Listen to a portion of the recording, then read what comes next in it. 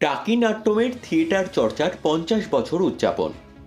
টাকি নাট্যমের সুবর্ণ জয়ন্তী উদযাপন উপলক্ষে টাকি থোবা ব্যায়াম সমিতি সাংস্কৃতিক মঞ্চে 5 দিন ব্যাপী নাটকের উৎসব আয়োজন করা হয়েছে নাট্যমের তরফে। চলবে আগামী 29শে ডিসেম্বর পর্যন্ত। 25শে ডিসেম্বরের সন্ধ্যায় নাটকের উৎসবের আনুষ্ঠানিক উদ্বোধন করেন নাট্য নির্দেশক এবং অভিনেতা দেবেশ চট্টোপাধ্যায়।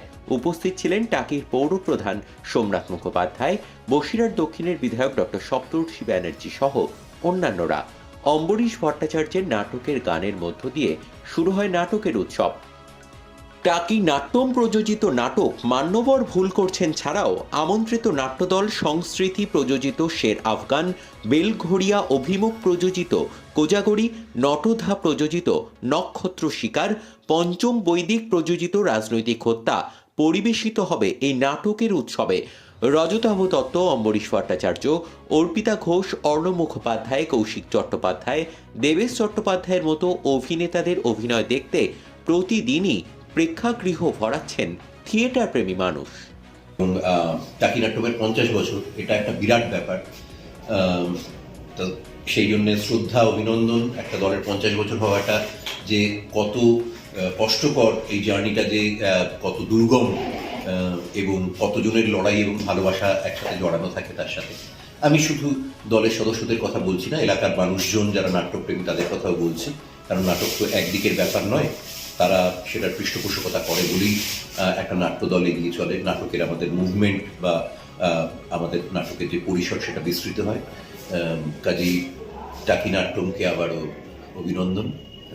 সবাই ভালো থাকবেন। কোনো কিছু শুরু করা খুব সহজ, চালিয়ে নিয়ে যাওয়া কঠিন, আর 50 বছর ধরে চালিয়ে নিয়ে যাওয়া আরও কঠিন।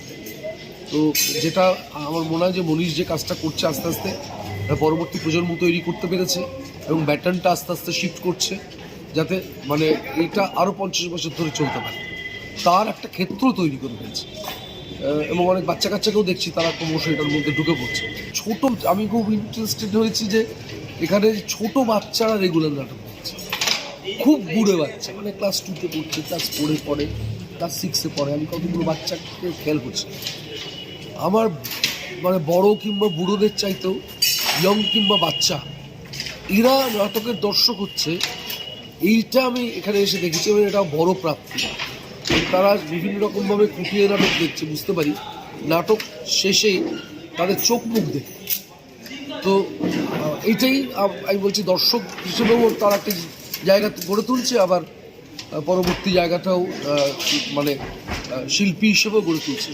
নাটকটার তার উন্মাদনা, তার পরিবেশনা, তার উপস্থাপনার জন্য এবং পুরোটাই প্রায় ধৈর্য সহকারে শুনেছি। সত্যি আমি অভিভূত। আমি আশা রাখবো টাকি নাট্যমের উদ্যোগে এই ধরনের সৃষ্টিশীল পরিচালনা এবং উপস্থাপনা আরও বেশি হোক।